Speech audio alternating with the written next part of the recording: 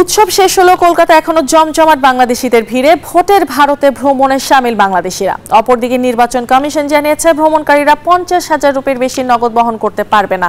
তবে সবকিছুর মধ্যেও ভারতে ভোট বিষয়ে ওয়াকিবহল ভ্রমণে যাওয়া বাংলাদেশিরা। কলকাতা থেকে আরো জানাচ্ছেন ভাস্কর সর্দার।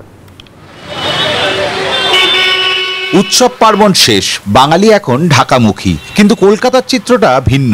শহর এখন বাংলাদেশিময়। বিকাশে কম খরচে ক্যাশ আউটের লিমিট বেড়ে 50,000, প্রিয় এজেন্টও 2টা।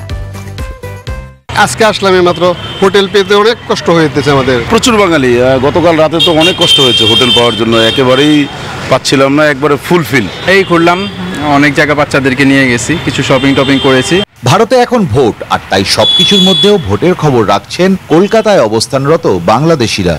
দুই রাষ্ট্রের মধ্যে ভালো সম্পর্ক, সুসম্পর্ক থাক, এটাই চাই আমরা। দুই দেশের ভ্রাতৃত্ব বন্ধন জানি ভালো থাকে, এরকম সরকারই আমরা চাবো। কারণ আমাদের প্রধানমন্ত্রীও কন্টিনিউ করতেছে, এই সরকারও কন্টিনিউ করা উচিত। ভারতের নির্বাচন কমিশন জানিয়েছে ভোট, তাই পর্যটকরা 50,000 রুপির বেশি নগদ বহন করতে পারবে না।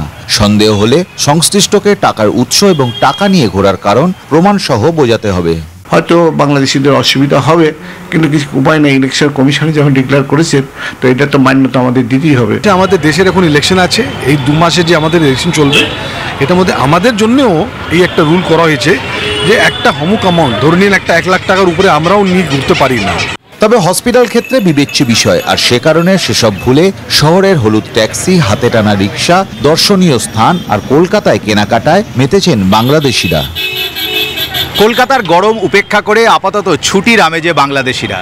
তবে সবকিছু ঘোরাঘাটার মধ্যেও তারা খোঁজ খবর রাখছেন ভারতের ভোট বিষয়ে। তাদের অভিমত, ভারতে যে সরকারই আসুক তারা সুসম্পর্ক রাখুক বাংলাদেশের সাথে। ক্যামেরা শাকিল আবদিনের সাথে ভাস্কর সর্দার, নিউজ 24, কলকাতা।